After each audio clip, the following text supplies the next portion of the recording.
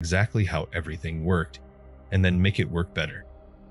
I fully expected that by the time I was 21, some scientist, maybe my brother, would have taken a color photograph of God Almighty and sold it to Popular Mechanics magazine.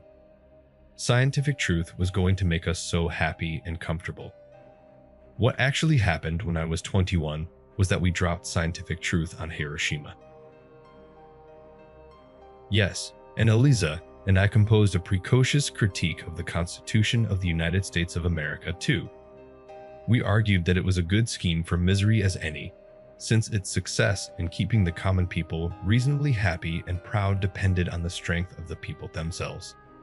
And yet, it described no practical machinery which would tend to make the people, as opposed to their elected representatives, strong. She had replied, "You're a survivor too, Willard." Well, he had said, "I used to think I was one, Mrs. Kaplan. Now I'm not so sure. I guess everybody who isn't dead yet is a survivor."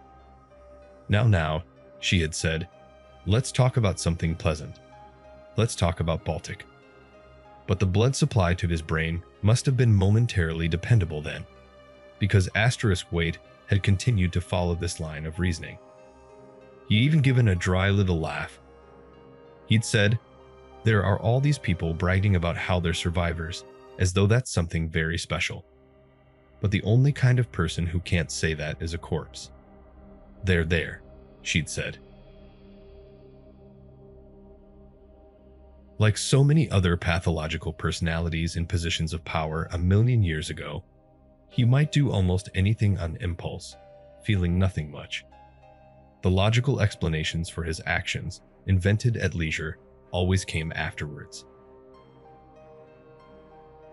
"Mr. Trout." "Yes?" Are you Gilmore Trout?" "Yes." Trout supposed that Billy had some complaint about the way his newspapers were being delivered. He did not think of himself as a writer for the simple reason that the world had never allowed him to think of himself in this way.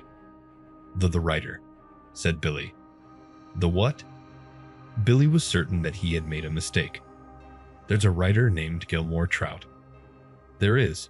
Trout looked foolish and dazed. "You never heard of him?" Trout shook his head. Nobody ever did."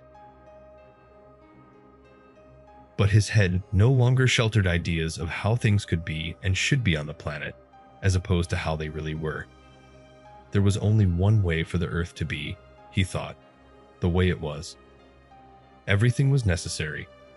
He saw an old white woman fishing through a garbage can. That was necessary. He saw a bathtub toy, a little rubber duck, lying on its side on the grating over a storm sewer. It had to be there. The third bullet was for the filthy flamingo, who stopped dead center in the road when the lethal bee buzzed past his ear. Billy stood there politely, giving the marksman another chance. It was his addled understanding of the rules of warfare that the marksman should be given a second chance.